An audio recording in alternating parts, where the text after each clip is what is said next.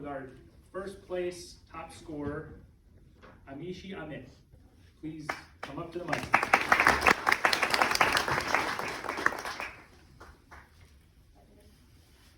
Good? Yep. All right. Good morning, everyone. Good morning. Good morning. So, hi everyone. My name is Amishi Amit, and my essay's basic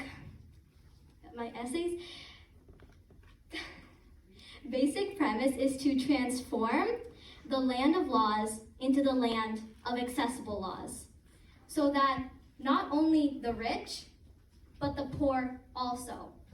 So that not only the elite, but the marginalized also can access justice without any hesitation or barrier in between, even if it's only for a tiny sum of money or a small issue.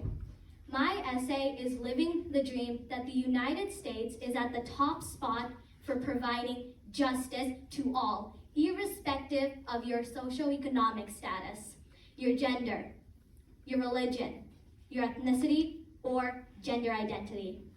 Thank you. Go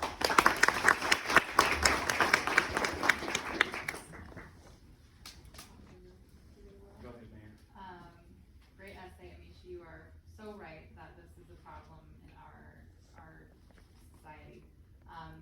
I know you propose to have law students take up cases. Do you have a fundraising proposal for how they would be able to fund that work? So what I was thinking in that area is that it wouldn't necessarily be a fund, it would just be for free, because in our community there aren't really, there isn't really high salaries. So the fact that if someone was robbed of like $100, $200, they think it's just easier to let it go than go to actual court and get help. They prefer to stay silent because they can't access justice.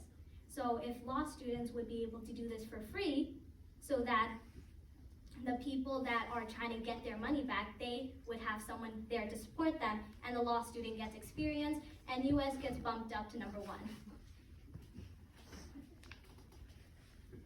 I also want to commend you on your essay and just your willingness to be up here. I know for each of you, let me say that it's not always easy to come and speak before people. The three of us get nervous still all the time when we do it. So congratulations on that. Try not to let that get in your way. I know that's easy to say, but you've all earned the right to be here and have worked hard. So we're all very proud of you. So please don't feel any pressure that way, and try to relax. I think you bring up a good point. I like your idea of addressing this and finding someone. I would say, just to sort of drill down a little bit, I think what Mayor Cognetti was asking is if you thought about, I understand you're using the students to do it, but how is that a part of their requirement, or what is the initiative that makes a given school allow that student to do that type of work? I wouldn't really say that it's a requirement that you need to graduate or something. I think it's more of something that you can do for not fun, but to gain experience, because right now it doesn't matter if you have like the highest grades. It's based on experience. That's who gets the job. So if you have experience in this, then your law life gets benefited as well. Okay, so I want to ask you a tough part of that question, because I think you're up for it.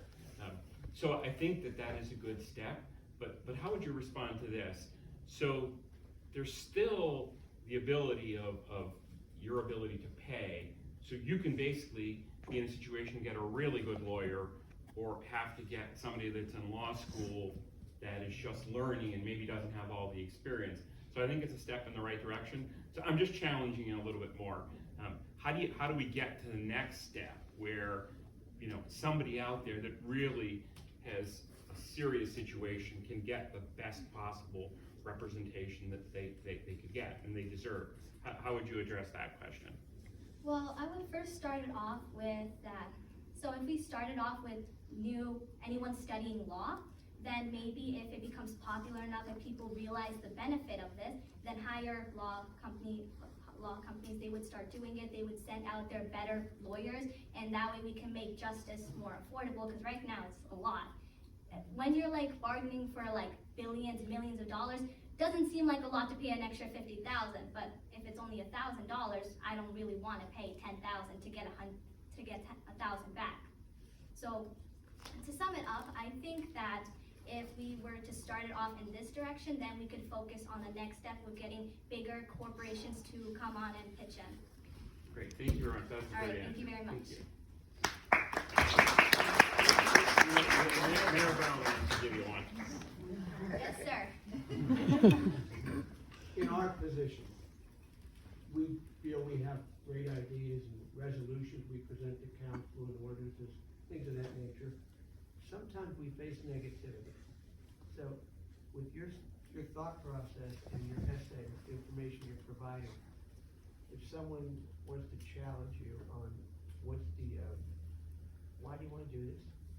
And what's the reason for it, reliability of it, how would you defend yourself or defend your idea here? To say that the naysayers or the people that say, this is not a good idea. So what would you say that would convince them to change their mind? Well, the naysayers are saying that probably haven't experienced it firsthand. I've seen lots of people in my community, they've suffered with this. And I would say that it is your own opinion, but if they can try and see the value and like imagine themselves in a situation where they're living paycheck to paycheck, and if one of them were just to be gone, how would they survive? How would they take care of their kids, or how would they live, how would they eat? Thank you. All right, thank you very much.